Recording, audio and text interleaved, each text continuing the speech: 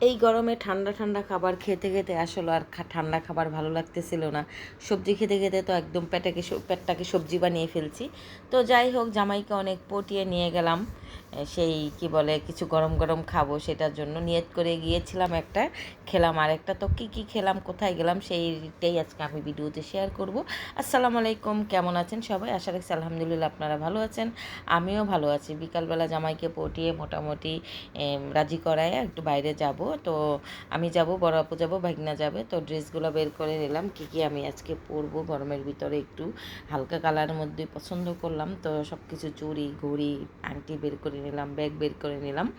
তো যাই হোক, একটু আমরা রেডি টেডি হয়ে বের হয়ে গেছি। ও অটোরিকশা দেওয়া, জামাই তো আগেই বাইকনাকে নিয়ে চলে গেছে, আমি আর আপু অটোরিকশা দিয়ে যাচ্ছি। ও অনেক মজা, বাতাস খুব ভালো লাগে আসলে। রাতের ঢাকাতে এরকম অটোরিকশা দিয়ে চলতে অনেক মজা।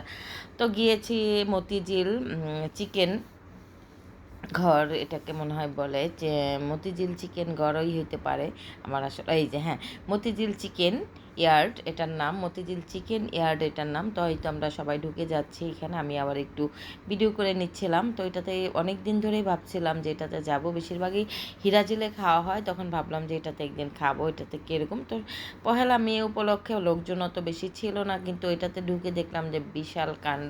তো মালিক ছিল, যে সেই মালিক যখন নাকি তার ফ্রেন্ডদেরকে নিয়ে 95-94 বেজ যারা ছিল, তারা একটা গেট টুগেদার প্রোগ্রাম করতেছে নিজেরা। তো অর্ধেক মতন খোলা রাখছিল, বেশি না, 20-22 জন বসা যাবে এরকম জায়গা খোলা রাখছিল, ওইটাতে আমরা গিয়ে বসলাম। তো ওনারা সাইডে সুন্দর মতো প্রোগ্রাম করতেছে, ওনাদের মানে বন্ধু, অনেক দিন পরে বন্ধুদেরকে পেলে তো কেমন লাগে, খুব মজা করতেছিল। ফাঁকে আমরাও গিয়ে মজাটার সঙ্গে শেয়ার হয়ে গেলাম। অনেক গান, আগের দিনের সুন্দর সুন্দর গানগুলো হচ্ছিল। তো আমরা খাবার অর্ডার করতেই খাবার চলে আসছে। তো আমরা বলেছিলাম রাইস খাবো, রাইস নিয়েছিলাম, চিকেন ফ্রাই নিয়েছিলাম, মশলা চিকেন নিয়েছিলাম, আর প্রনটা নিয়েছিলাম। তো এখানে আমরা আবার একটু পাপায়া জুস অর্ডার করেছিলাম। তো যাই হোক, এখানে জুসটা পরে বললো ওনাদের ব্লেন্ডার নষ্ট, আসলে ওনাদের কেউ পহেলা মে উপলক্ষে ওনাদের কর্মচারী যারা ছিলেন তারা কেউই ছিল না, এতটুকুই, এটাই তো। তো আসলে মালিক পক্ষের আর কতটুকুই বা করবে, যতটুকুই আমাদেরকে দিয়েছে সুন্দর করেই দিয়েছে সাজায় গোজায়। তো আমি আবার একটু ভিডিও করতেছি, ছবি তুলতেছি।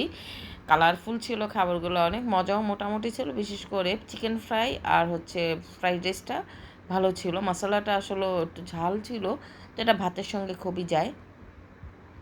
তো যাই হোক, যে যার মতন খাবার খেয়ে নিচ্ছে। আমার প্লেটটাতে আমি 2টা চিকেন নিয়েছি ছোট ছোট। তো এটা আমি আমার যতটুকু খাবার লাগবে আমি নিলাম, নিয়ে তারপর খাওয়া শুরু করলাম।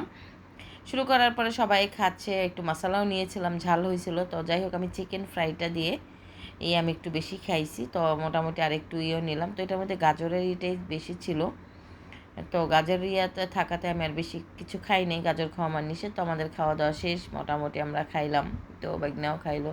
তারপর ভাবলাম অনেক দিন যাবত ঠান্ডা খাই না, খাওয়ার পরে তো আমার অবস্থা খারাপ, আবার কাশি শুরু হয়ে গেল। তো একটু পেপসি অর্ধেক খাইলাম, 2 জনে ভাগ করে। তো 2টা নিয়েছিলাম, আমরা 4 জনে খাইছি, ঠান্ডা লাগছিল তাই আর আসলে অল্প অল্প খাওয়া দাওয়া শেষ।